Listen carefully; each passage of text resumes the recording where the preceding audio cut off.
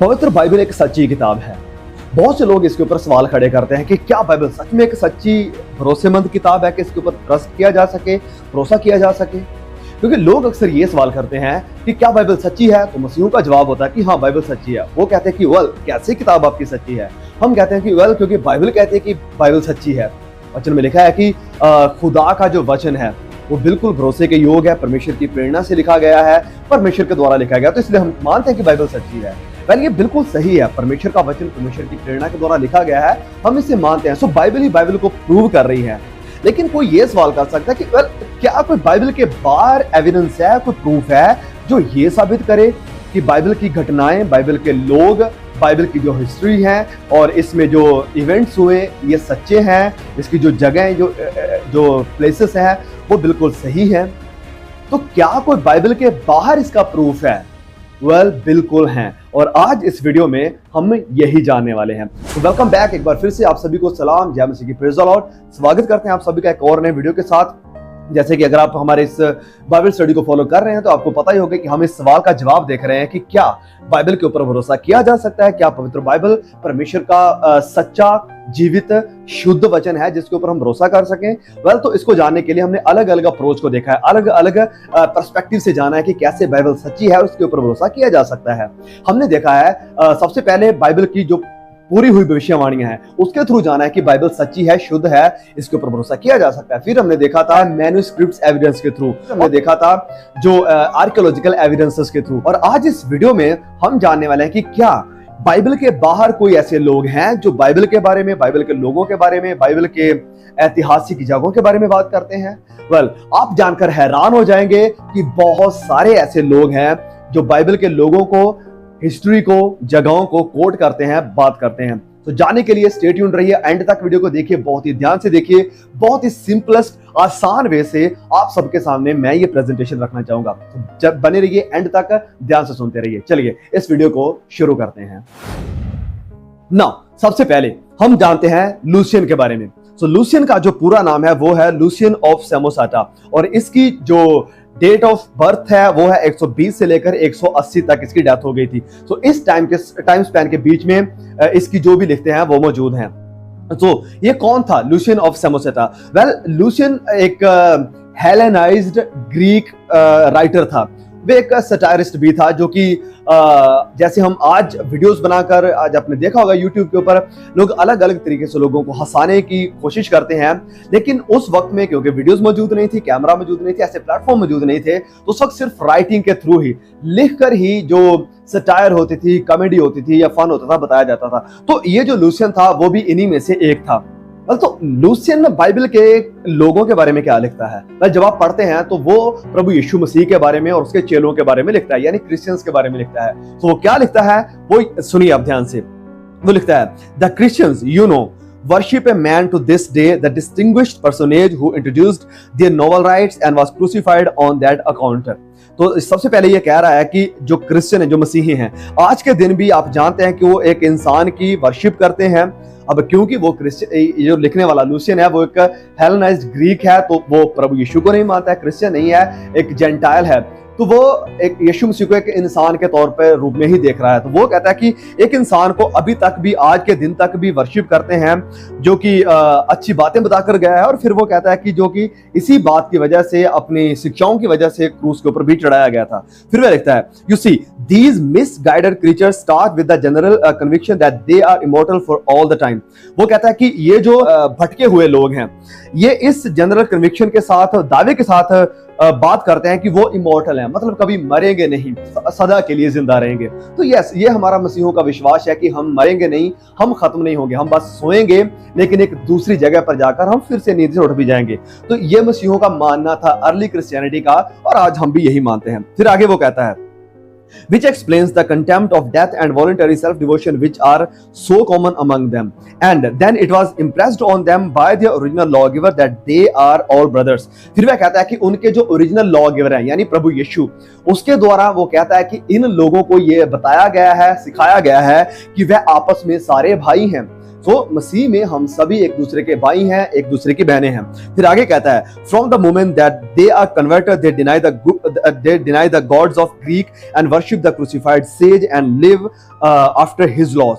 वो कहता है कि जिस वक्त से वो मसीह में आते हैं, विश्वास में जाते हैं, तो वो जो ग्रीक के हमारे गॉड्स हैं, जो देवता हैं, उनका इनकार करते हैं और इस क्रूस के ऊपर चढ़े हुए संत की वो वर्शिप करते हैं और उसी की बातों, उसी के कानूनों के आधार पर अपनी जिंदगी को गुजारते हैं। फिर आगे वो लिखता है, all this they take quite on faith and with the result that they despise all worldly goods alike regarding them merely as common property. तो वो कहता है कि ये जो सब लोग हैं, विश्वास के साथ ये सब कुछ करते हैं और जितनी भी संसारिक चीजें हैं, भौतिक आशीष जो चीजें हैं, वह इनका इनकार करते हैं, इनसे नफरत करते हैं। डिस्पाइज लिखा है, regarding them merely a common property. वो कहता है कि इन सारी चीजों को, जो भी उनकी संसारिक आशीषें हैं, जो भी संसारिक इनकी प्रॉपर्टी है, सामान है, इन चीजों को वो एक कॉमन चीज मानते हैं कि ये हम सभी का अब मिलकर है। और यही चीज हमें बाइबल में भी देखने को मिलती है। जब आप प्रेरितों के काम में पढ़ते हैं कि वह सब लोग अपनी जमीन बेचकर, सब कुछ को बेचकर एक ही साथ मिलकर एक फेलोशिप में इकट्ठे होकर रहते थे। तो सभी में जो भी सामान होता था, जो भी चीजें होती थी,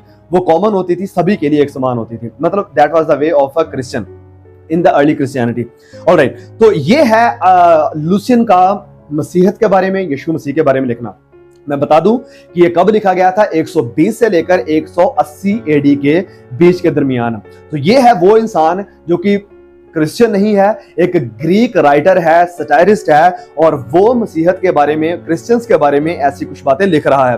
तो भले ही ये जो लूसियन है वो क्रिश्चियनिटी को अपोज करता था, मसीहत के विरुद्ध में था, इसका मजाक भी बनाता था, लेकिन फिर भी हम उसकी इस राइटिंग से एक चीज तो जरूर जान सकते हैं, और वो ये है कि प्रभु यीशु सबसे पहली बात क्रूस के ऊपर चढ़ाया गया था। इस बात को नॉन बिब्लिकल राइटर भी मानते हैं। और फिर जैसे कि मैंने लास्ट मैन्युस्क्रिप्ट्स वीडियो में भी बताया था कि जो आज भी कई रिनोन्ड स्कॉलर हैं जो कि भले स्केप्टिक हैं, एथियस्ट हैं, यीशु को नहीं मानते, क्रिश्चियनिटी को नहीं मानते, लेकिन हिस्टोरी को वो मानते हैं। और हिस्ट्री ये कहती है कि प्रभु यीशु मसीह इस पृथ्वी के ऊपर आए, क्रूसीफाई हुए। तो सबसे पहली बात हम जो देखते हैं वो ये है कि लूसियन इस बात को तो मान रहा है कि प्रभु यीशु, भले ही उसे वो इंसान कह रहा है, एक सेज कह रहा है कि वो हाँ था, लेकिन वो ये बात जरूर मान रहा है कि उसे क्रूस के ऊपर चढ़ाया गया था।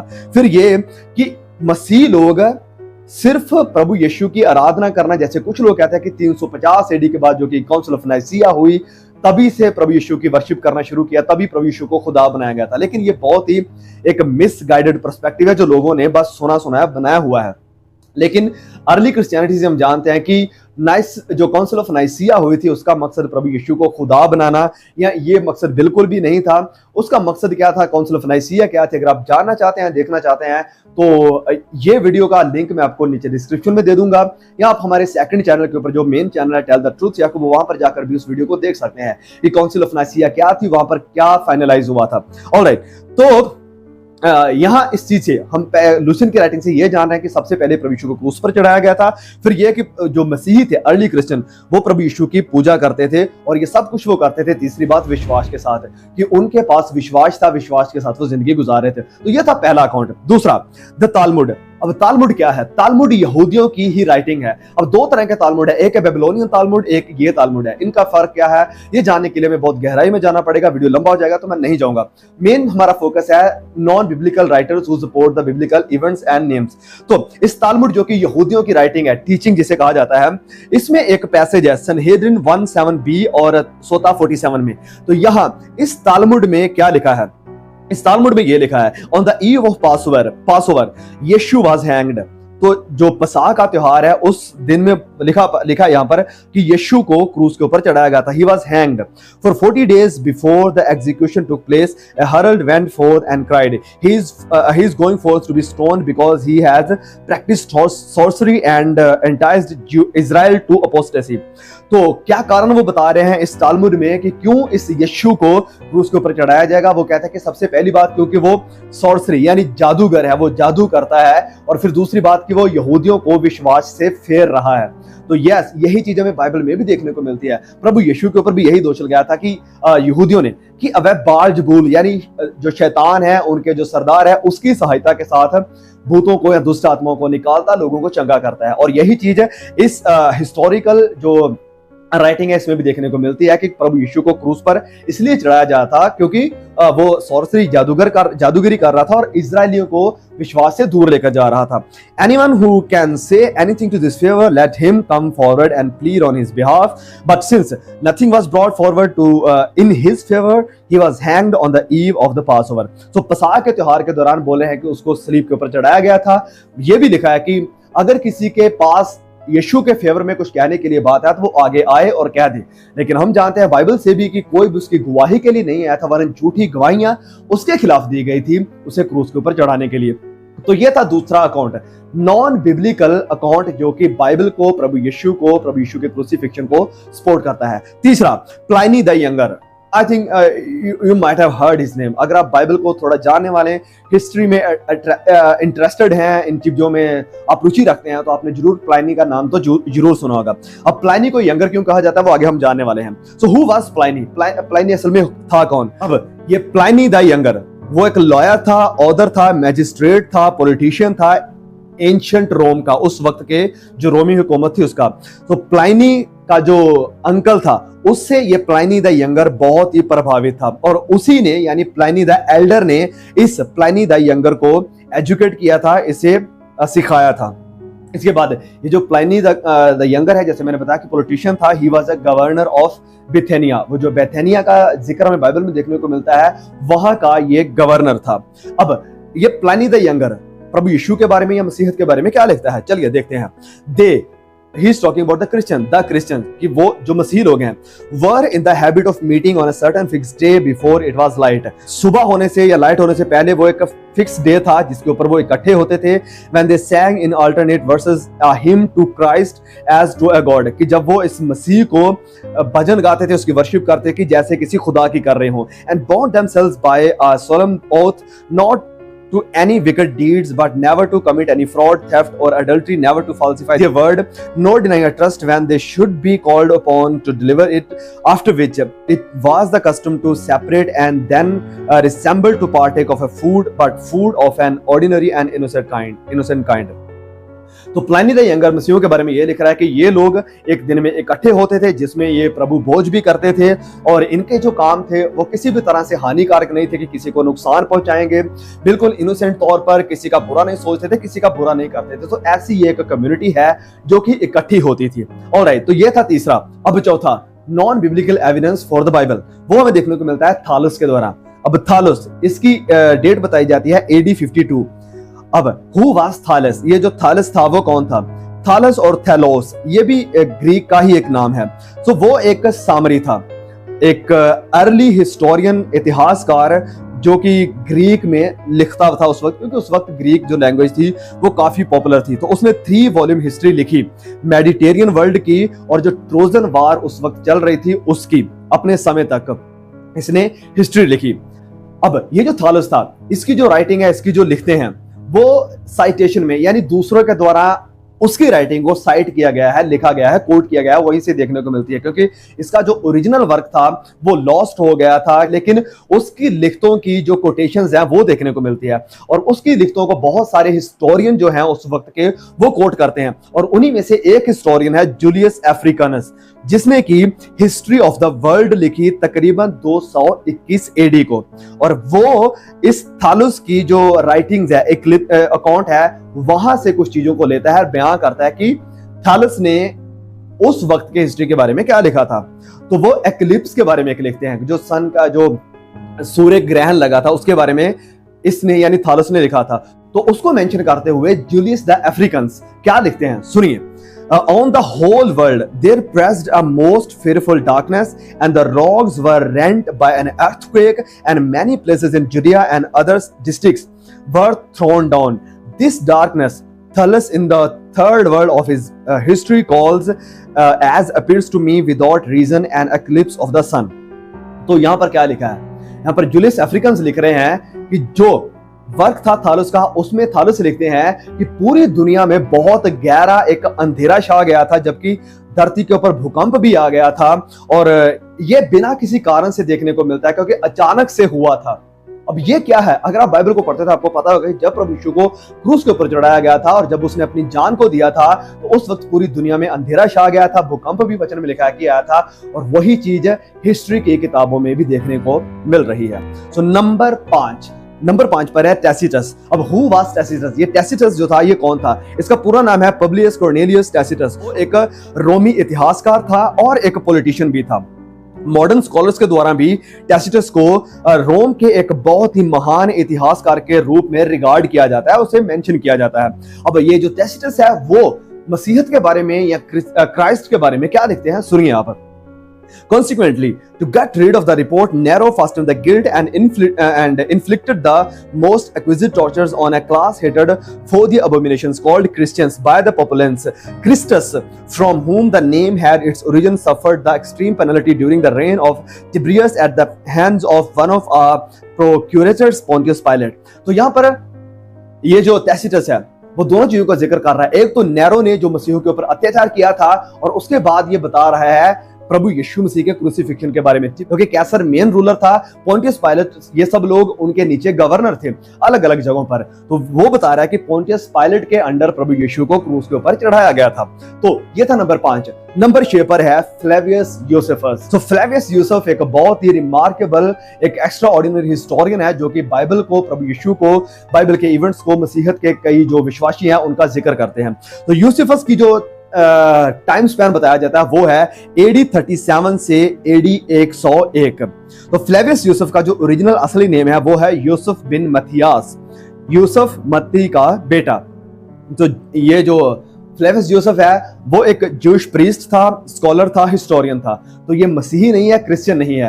He was a non Christian, he was a Jewish. वो एक यहूदी था, वो एक स्कॉलर था, एक विद्वान था और हिस्टोरियन यानी इतिहासकार भी था, जिसने कि जूश की जो रिवॉल्ट हुई थी 66 से 70 AD के बीच में, उसके बारे में जूश हिस्ट्री में बहुत कुछ लिखा है। तो 3 रेफरेंसेस वो मसीहों के बारे में बताते हैं। तो सबसे पहला उसका रेफरेंस है यूहन्ना बपतिस्मा देने वाले के रूप में, और ये उसके देखने को मिलता है एंटिक्विटीज 18 चैप्टर 5 और 2 में। यहां पर लिखा है, now some of the Jews thought that the destruction of Herod's army came from God, and that very justly as a punishment of what he did against John, that was called the Baptist, for Herod slew him and was a good man.